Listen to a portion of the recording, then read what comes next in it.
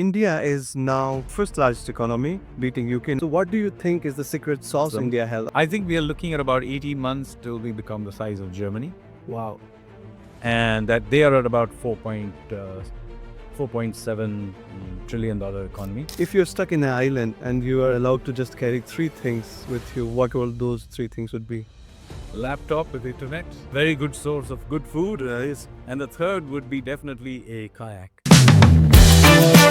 Thank you, Mr. Sanjeev Sanyal, for joining me. I've been trying to get you interview from last two times, but I've been lucky to have you now on our podcast. Thank you for joining me. So for our viewers, can you explain what you do in Indian government? So I'm a member of the Prime Minister's Economic Council, which means that I'm a full-time member of his economic advisory team, and that's a Secretary to Government of India role. And so among the various things I do, one of them is to look at the economic policies that come up either from the various ministries or are suggested by other parties or the Prime Minister himself, and to firstly look at them and see if they are practical and or not. Similarly, my job is to come up with reforms of our own and then suggest them to the Prime Minister and to the ministries to see if those are sensible.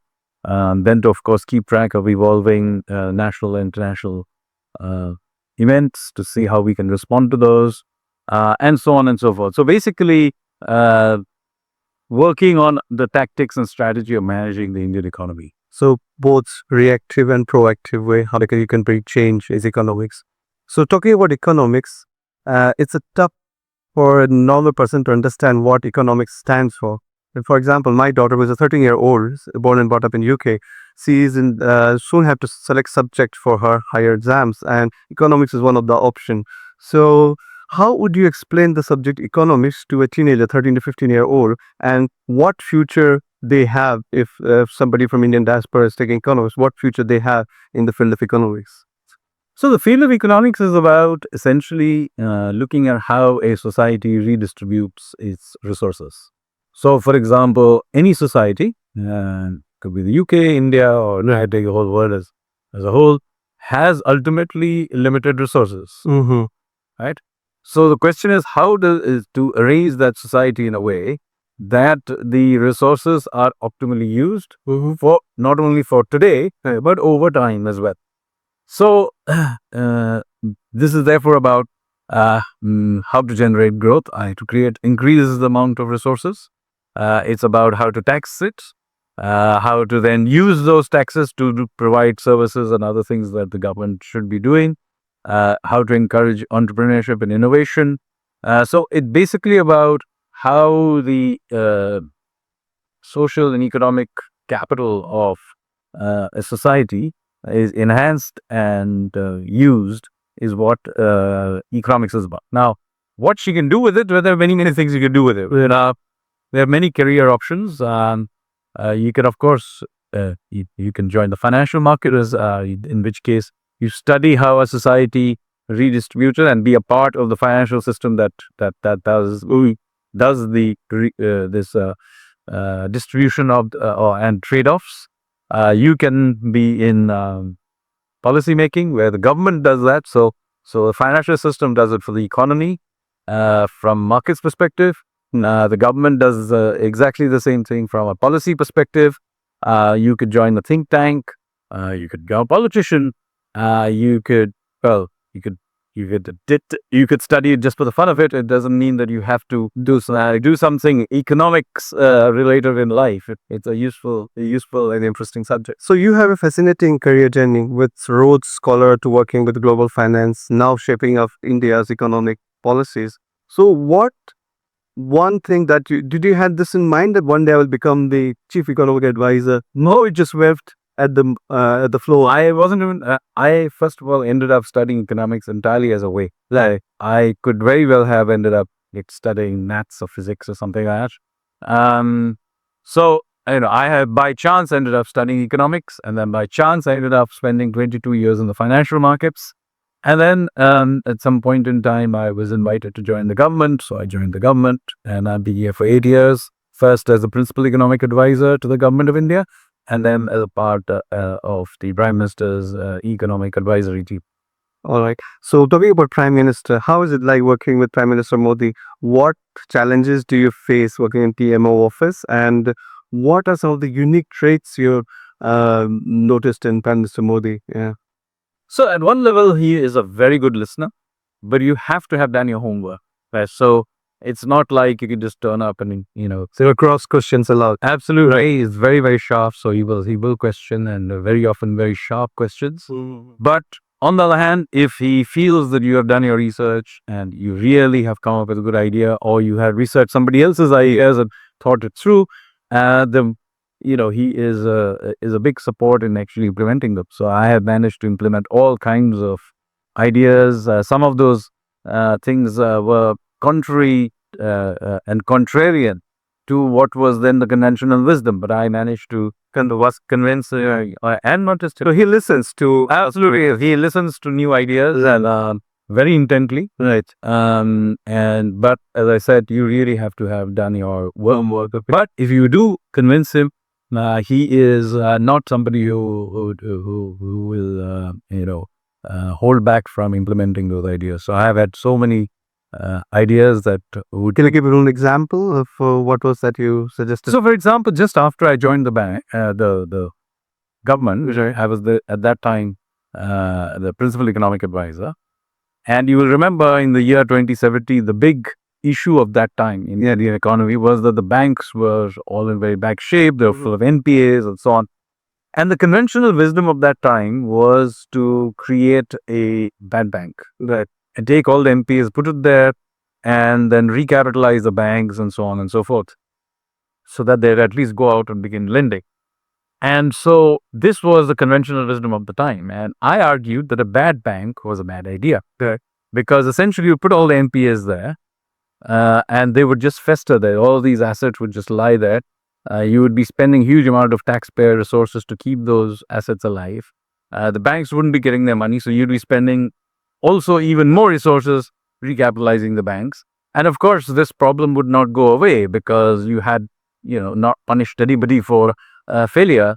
So it was important, in my view, that there should be some creative destruction through an insolvency and bankruptcy premise. Now, do remember that it's only a few months earlier that an insolvency and bankruptcy code had been introduced. So we had a brand new and untested insolvency and bankruptcy code. So my view is that we should test it, Right. and actually use it to bankrupt these NPAs. Okay. Sell off those. Jet Airways was one. This was at that time. Jet was later happened. Right. At that time, they were what was later then called the dirty dozen. Right. And so there were these large numbers of companies. And so I convinced him, and of course the then Finance Minister Jaitley. Right. Actually, he's the one I convinced first, and I had, of course, support from many important officials of that time: the banking secretary, the chairman of the IBBI, and so on. Also, some of the deputy governors of the RBI. So, with that, we basically began to use bankruptcy and insolvency to actually attack the NPA problem. Right. And the result was that we not only sold off these assets and got good recoveries, it changed the nature of creditor rights in the country. As a result of which, many people who had previously acted like they didn't have the resources to aid banks suddenly came and repaid the bank. So suddenly the banks were flush with cash, and it didn't happen a moment too soon. Because if we had gone into the COVID crisis with the banks that we had in 2017, we would have had a serious financial crisis.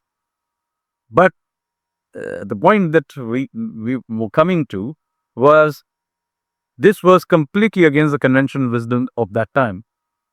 The economists of that time, including the then chief economist, were very, very keen. The chief economic advisor of that time were very keen on having a bad bank.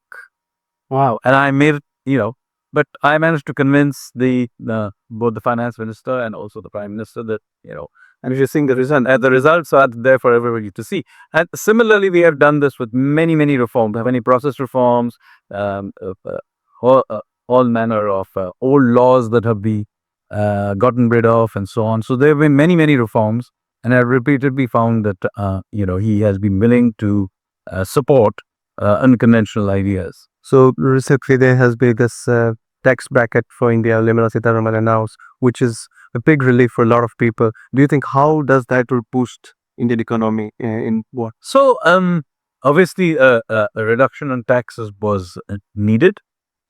And yes, it does put money in the hands of the class. So I guess. So India is now was first largest economy, beating UK. Now it's the fourth largest economy. So what do you think is the secret sauce India has, or what were the turning points in last 10 to 15 years, which has led India to grow rapidly, even in the slowdown? There's a geopolitical issues going on around the world, and there's this global slowdown in the economy. But still, India is growing at a very fast pace. So I would like. So we are growing it right now at somewhere in the 6.5 to 7% right now. We would like to grow faster, but unfortunately, the world is so uncertain that we have to be a little careful that we don't drive too fast when the roads are still bad on pay.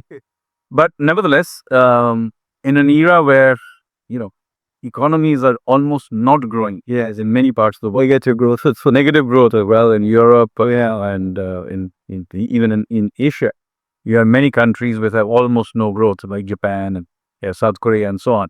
In that context, we are growing, at 6.5 to 7%. Should we grow faster than this? Yes, at some point in time, we would like to grow a lot faster, but this period, which is so turbulent, may not be the time to press the accelerator, because you see, if we begin to grow very, very fast, we will have the problem that our imports will suddenly spike up. Yeah. But we will not be able to export to the rest of the world at the same speed, because the rest of the world is in turbulence. Yeah. So it'll cause process disruption in our cartoon system. Yeah. So I think the point is to keep restraining. But your question was not about now, but what we did over the last The other turning points. and that is, I think there were several things that we did. One major thing was, over the last decade, we have really improved India's infrastructure. And a lot of this is, I would say, some of it is already visible, Right. but a lot of it is about in the next 12 to 18 months, you will see the result. I go every year in India, sorry to interrupt, but I see a massive change in the infrastructure. Yeah, but you have not seen anything yet, because a lot of the new infrastructure is just about to come on stream. And so, for example, in Mumbai, a completely brand new metro system is about to be come on stream. A brand new airport is about to come on stream. The coastal road has, of course, just come on stream, and some part of it has been opened up, and some more is to be still finished. So this is just one city. Like this, we are doing it in many, many places. Even in what used to be parts of the country which used to be ignored, like eastern UP, for example. Yeah. A lot of new infrastructure is getting built. So one was big infrastructure. The second big area that we have worked on is to effectively reduce the amount of frictions, ease of doing business kind of things. There were many, many sectors that were still closed till a few years ago to business. For example, drone sector, space sector, geospatial cartography. There's almost all the sectors will be open. Defense has been opened up to the private sector. So there was a whole opening up there that happened, and so on and so forth. So there are a whole bunch of reforms that have been done. The infrastructure has been built. I'm not saying that there isn't more to be done. There is more to be done. But I think enough has been done to generate this momentum. There's, of course, a lot more to be done in other new fields that we also need to now begin to work on. Skipping all those variables about the geopolitical changes and the slowdown, economic slowdown, how soon do you think India can reach the third place, the third largest economy? Well, we are already at about $4.3 trillion economy in 2025, which is about the same size as Japan. I mean, depends on the exchange rate you take, but basically they're about the same size. They are not growing, we are growing. So not surprisingly, we will go past them. I think we are looking at about 18 months till we become the size of Germany. Wow. And that they are at about 4.5 $4.7 trillion economy. So from 4.3 to 4.7, $4.8 trillion. And remember, they're making it easy by not growing. It was cut rates around growing. So it's only the exchange rate that we need to think about. But I think we will be in about 18 months' time about the size of Germany's economy. And then, of course, in 2040, after that, we will be the world's third largest economy. So you're looking at 2027. Right. So now coming to the future proofing India. So AI has been a big disruptor, So worldwide, people are losing jobs and there's been an AI revolution. So how is India preparing? Does India sees AI as a risk or it sees us as one of the opportunities, and how India is preparing AI disruption. AI-based disruption is going to happen whether we like it or not. So it's very important before anything else to be clear that we are going to embrace it. Right. Okay. Now, in embracing it, will there be disruption? Yes, absolutely. There will be sectors that will get disrupted. There are many people in areas that may no longer need that kind of input that today they do. So many jobs will get disrupted, white collar jobs in particular. But is it an opportunity? Absolutely. I mean, simply training AI and doing all of these things creates jobs in the first order. And by the way, even when American companies say they are putting in AI, etc., do remember a lot of that work is done actually in India. Yeah. I mean, so when Google does AI, a lot of it is being done in Google Hyderabad, Right. and Microsoft Hyderabad or Bangalore or whatever. So in the first order, that is happening. But I think there are many second order things that will happen. Can I predict what those job opportunities would be? I can't. I mean, who would have known 20 years ago when social media was coming on stream that, social media influencer was going to be a career option? You can't. So I can't predict what those jobs will be. But if you look at the last hundreds of years of technological change, these disruptive technologies have almost always created more opportunities than they have killed off. So I am quite optimistic about AI. Of course, it will come with some risks, and I am not. That's a regulatory issue, which is a different conversation. But I am quite confident that this AI revolution will create more jobs than it will kill off in the medium term. So, as you said, a lot of this AI's backend development happens in India, Hyderabad, Bangalore, and other tech hubs. But, for example, when Nvidia's share just wiped out from the market with Deep, what's China's DeepSeek came into picture. So, is India planning to have something like? So, in my own view is that it would be wonderful. But as a policymaker, let me make one very important point. We should have absolutely no problem with those kinds of creative destruction. If some Indian company get wiped out by AI, we should have absolutely no problem with accept it. Yeah, because that's the same point about insolvency event pushing that I made in the beginning. You have to allow this creative destruction. Otherwise, you will carry around old inefficient companies. It is far better to let them fail fast, to open up spaces and resources for new companies to come. So this is an important thing. I will consider my job successful if in 20 years' time, none of today's top 10 companies are in the top 10 companies of 20 years from now. That will be my success story because it means that I created conditions for allowing new entrepreneurs, new risk takers, new innovators to come into the picture. And this is something that we have to embrace in India. Exactly. So I know we're running short of time because you have to go and speak at the LSE. So we're just concluding this interview. So Prime Minister Modi has highlighted, I've been to this Pravasi Bharati Divas where Prime Minister spoke about Viksit Bharat 2047. So how can Indian diaspora, including the professionals, entrepreneurs and Indian students, can play an active role in that Viksit Bharat? How do you see that role of? Well, there are many second order ways in which they can help, which is, of course, you are ambassadors rest of the world. You can create business and personal linkages. But in the end, the best way to help Viksit Bharat is move back and actually come to what I think is the most exciting place on the planet right now in terms of entrepreneurship and growth and change. So come back home and, be a part of the the new confident Viksit India. Thank you, Sanjeev ji. So last segment is a little fun round. So you just get 10 seconds to think about it. So if you have to trade your day job with something which you can do for the rest of the life, what would you do? But you are not allowed to touch economics at all. So what would you do? But I do a lot of other things as well. I write books, history books. I write fiction. I, at Nisa, some of you may know, I'm building a stitch ship from the Gupta period. Yeah. So, and we'll attempt to sail that end of the year to Oman, Oh, and then later on to Indonesia. that's so very interesting. I would like to learn more about. So that is another thing. There are many other things I would like to do. I have unending numbers of things that I do. I have another side business looking at urban design. So right now I am looking at the Yamuna plains of Delhi, and to see if we can create a long series of interconnected parks and create cycling paths on both banks going up and down.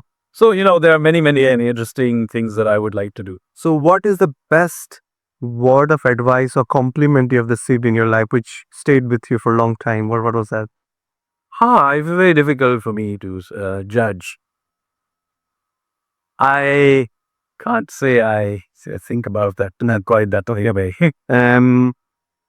So if you're stuck in an island and you are allowed to just carry three things with you, what all those three things would be? Laptop with internet. That would be very good. Two, a very good source of good food, and the third would be definitely a kayak. Whether I can. I could go around the island. And the last one, how would Sanjeev Sanyal want to be remembered forever when you're gone? So how would people want people to remember you as a person? Or Well, difficult to say, but maybe as somebody who did his best. thank you so much. It's an absolute pleasure to have you on our show. I look forward to a longer interview whenever I come to India. Thank you so much. Thank you.